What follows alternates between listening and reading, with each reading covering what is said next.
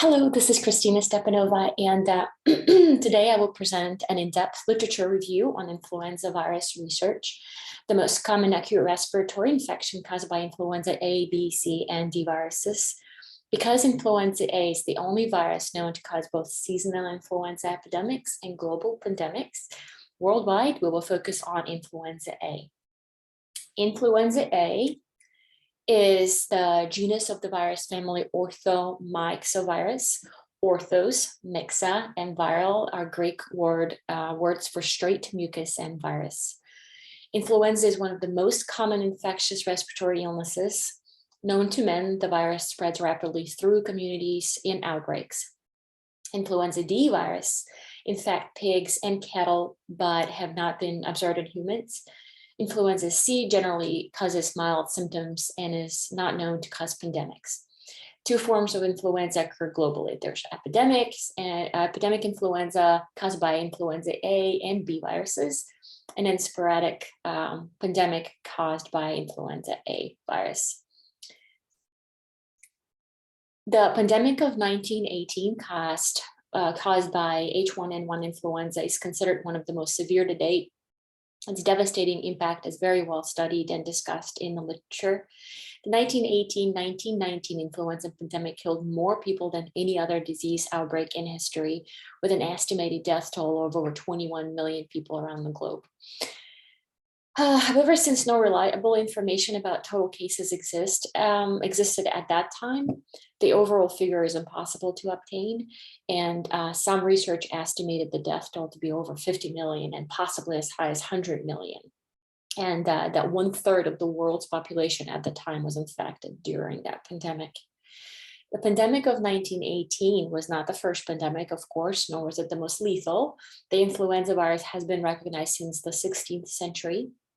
The first pandemic to be recognized by medical historians and epidemiologists is a flu pandemic. It was in 1510. It was a flu outbreak that thought to have started in Africa and spread through Europe, and was followed by many other pandemics after that. Now, there were three influenza pandemics in 20th century: the pandemic of 1918, also known as the Spanish flu that we already mentioned, and the Great Influenza. And two milder pandemics: the Asian flu caused by the H2N2 virus in 1957, and the Hong Kong flu caused by the H3N2 virus in 1968. And they resulted in an estimated 1 to 4 million deaths each around the globe. The first influenza pandemic of the 21st century was caused by the influenza H1N1 virus and struck the world in 2009.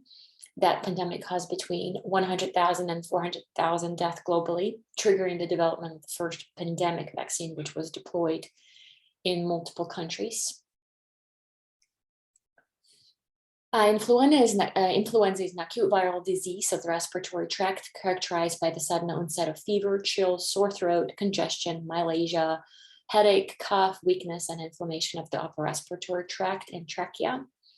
The fever usually climbs to 101 to 104 degrees Fahrenheit. Patients may also report photophobia, nausea, vomiting, diarrhea, and abdominal pain. The symptoms often persist for 7 to 10 days, but post-viral symptoms such as weakness and fatigue may retain for weeks after contracting the influenza virus. Influenza epidemics involve all age groups, but the incidence and prevalence are greater in school-age children, with morbidity and mortality higher in infants, the elderly, and people with underlying medical conditions. Now, people with chronic pulmonary cardiac disease or diabetes mellitus are at the increased risk of developing complications like hemorrhagic bronchitis, pneumonia, and could result in death. Various influenza surveillance studies have indicated that migratory birds spread the influenza virus to humans, lower animals, and domestic poultry. Aquatic birds are reservoir for all 15 subtypes of influenza A viruses. In wild ducks, influenza virus rapidly replicate in the cells lining of the intestinal tract, while not causing any signs of disease, and are excreted in high concentration duck feces. Avian influenza viruses have been isolated from deposited fecal matter and from lake water, indicating that waterfowls have a very efficient way to transmit viruses by fecal material in the water supply. Now, as the birds migrate, transmission by feces also provides a way for wild ducks to spread their viruses to other domestic and feral birds, as well as mammals such as seals, whales, pigs, and domestic poultry. Despite the highly virulent nature of influenza A virus, only a limited number of birds and mammals are at risk of infection. However, due to the different receptor preferences of mammalian and avian viruses, the human tracheal epithelial cells lack receptors for the attachment of the avian influenza virus and vice versa. Unfortunately, pigs possess those receptors for both avian and mammalian viruses, thus serving as a vessel for influenza viruses, especially the H1N1 and H3N2 influenza. And because of that, and that close interaction between birds, pigs, and pigs are a significant host in influenza ecosystem. In fact, researchers speculate that the 1918 pandemic that was mentioned prior was caused by virus transmitted from pigs to humans. There are many different types of viruses. Influenza that we are talking about here today, severe acute respiratory syndrome. There's a coronavirus, which is also known as SARS, pictured here. Human immunodeficiency virus, HIV, it's not pictured in this photo. Mimi virus, which is that gigantic virus. It's also called a giant virus, and it usually lives on amoeba. There's also Middle East respiratory syndrome, or MERS, which also is pictured here. It's a very contagious virus. And then there's, of course, many other viruses out there. Each virus ranges in size from nanoscale to microscale and has different shapes, and all are composed of protein, sugars, nucleic acid, lipids, water, and solutes. But generally speaking, they're usually a round shape. A virus has the same kind of protein and nucleic acid molecules as the living cells.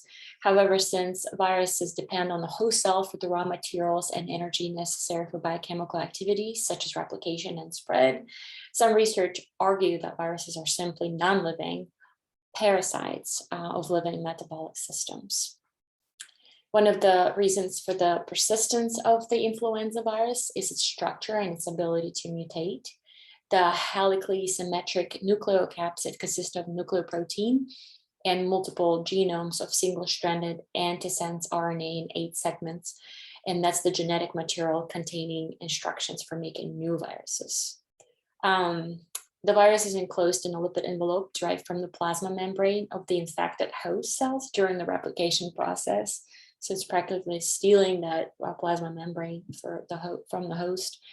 The envelopes are covered with projections called spikes, which I feel like we're all very familiar with, and consist of 2 glycoproteins, hemagglutinin, which is the HA, and neuraminidase, which is NA, and a small amount of ion channels proteins called M2. Both proteins, HA and NA, are involved in viral attachment and entry to host cells.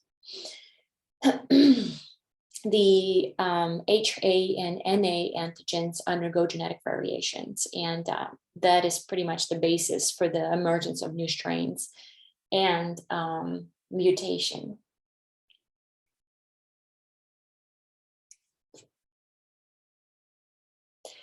These proteins, the HA and NA, are used for classification in influenza A viruses.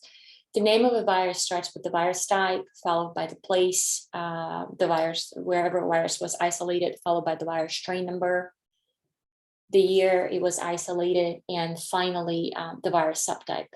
Influenza A viruses are divided into subtypes based on the those proteins, the glycoproteins we talked about, which is HA and NA proteins on the surface of the virus. And there are 18 different HA subtypes and 11 different NA subtypes, while there are potentially 198 different influenza A subtypes out there and as combinations.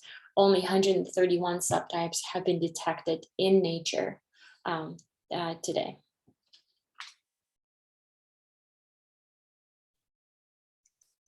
The flu or the influenza virus is extremely contagious and is transmitted from person to person by droplets expelled when sneezing and coughing. And it can be transmitted by direct contact. For example, by touching virus contaminated surfaces such as door handles and then touching the eyes or nose. Influenza virus infect epithelial cells in the upper respiratory tract, so your nose and throat. If the infection is severe, the virus can eventually reach the lungs and can cause pneumonia. The respiratory tract's first line of defense is protective layer of mucus. And the virus NA protein that we discussed can cut through this, through that mucus layer, enabling the virus particle to reach the epithelial cell surface. The virus then uses its HA protein to attach to the sialic acid on glycoprotein receptor on the host cell's plasma membrane, which we also mentioned before, and it is taken into the host cell by endocytosis. And you can see it here in the picture.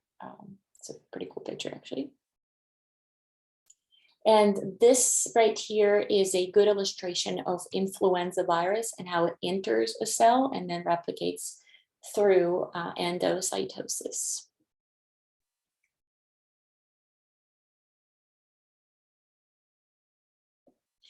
After the virus enters the host cell, the ribonucleoprotein core that contains the viral RNA and the viral polymerase used for replication is released into the cytoplasm and moves into the nucleus of that cell. Viral RNA is replicated. The host cell's own ribosomes are hijacked to make proteins from the viral mRNA.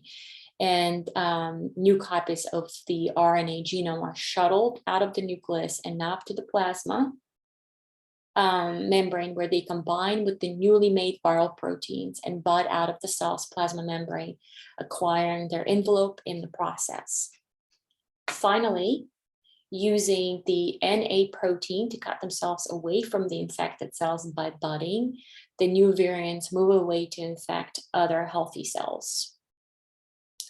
The host cells are damaged when they become infected by the influenza virus. The patient's immune system responds by releasing chemicals called cytokines, which stimulate white blood cells to travel to the site of infection and then fight the virus.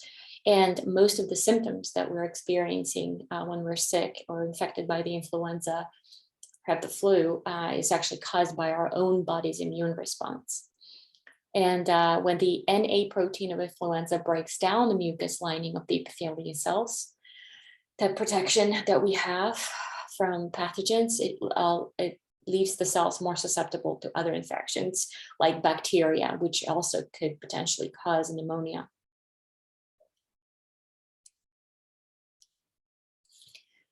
The CDC has estimated that people aged 65 and older account anywhere from 70% to 85% of seasonal flu-related death. Influenza vaccination of elderly individuals and children is recommended worldwide.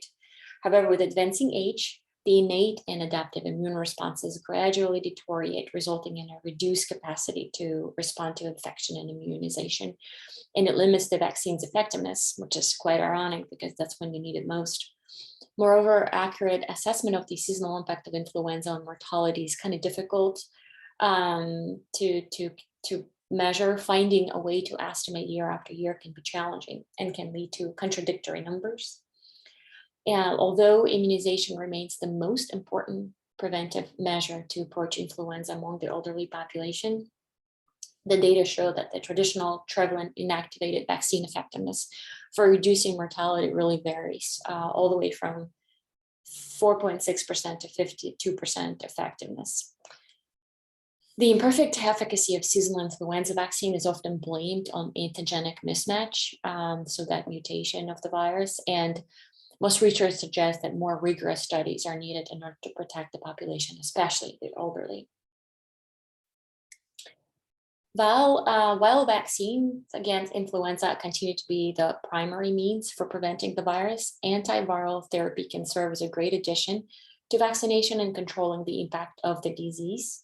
There are two classes of drugs that are currently on the market and licensed in a large number of countries for the treatment of influenza, which include the M2 ion channel blockers called amantadine and rimantadine, and the neuraminidase exhibitors, which is the zanamivir and oseltamivir, which I'm sure you've heard of before.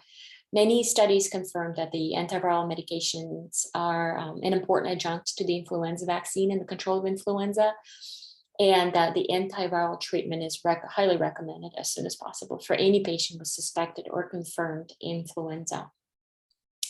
And there was an interesting study where data was combined from 10 clinical trials, and the risk for pneumonia among those participants with laboratory confirmed influenza receiving oseltamivir treatment was approximately 50% lower than among persons receiving placebo, and 34% lower among patients at risk for complications. Just pretty great numbers. Although influenza pandemics are considered a global threat to human health, and we always talk about the future pandemic, the sum of seasonal influenza death in the past 100 years is likely to exceed death due to influenza pandemics. And seasonal influenza is accountable for significant mortality and disability and economic disruption. Today, the World Health Organization estimated the annual global burden of influenza at nearly 1 billion individuals infected, about 3 to 5 million cases of severe illness, and about 290,000 to 650,000 influenza-related respiratory deaths. There were 140,000 to 710,000 influenza-related hospitalizations and 12,000 to 56,000 deaths each year in the United States alone, with the highest burden of disease affecting children, the elderly, and people with pre-existing medical conditions.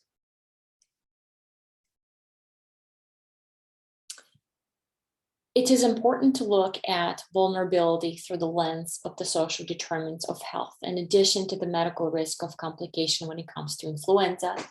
Those factors include income and income distribution, social and physical environment, education and literacy, employment and working conditions, early life income and child development, ethnicity, culture and language, age, disability, gender, and access to health care services all play a pretty big role.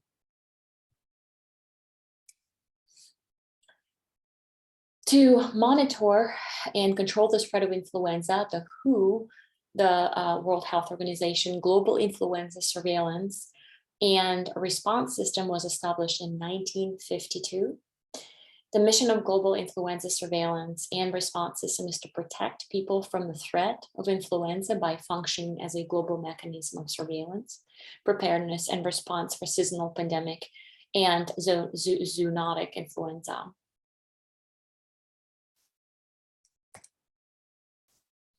Healthcare workers are at increased risk of exposure to respiratory pathogens compared with the general population, with a potential threat to their own health and, of course, for patient safety. Vaccinating healthcare workers against seasonal influenza is considered a safe and effective tool that reduces absenteeism among staff, decreases healthcare-associated influenza, and prevents mortality among patients. But despite these facts, mandatory policies are currently under debate in several countries. Some argue that mandatory vaccination interferes with individual liberty and autonomy and can be regarded as ethically questionable. However, in the case of influenza vaccination, the autonomy of healthcare workers conflicts with the patient's best interest.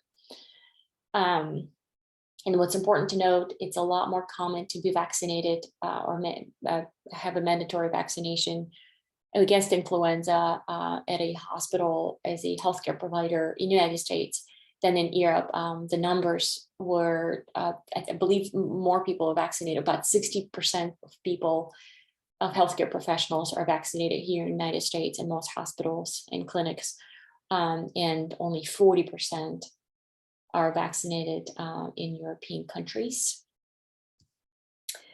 And in conclusion, although the threat of a pandemic has been the world's recent focus, seasonal influenza is responsible for a substantial number of mortalities, disabilities, and adverse economic consequences.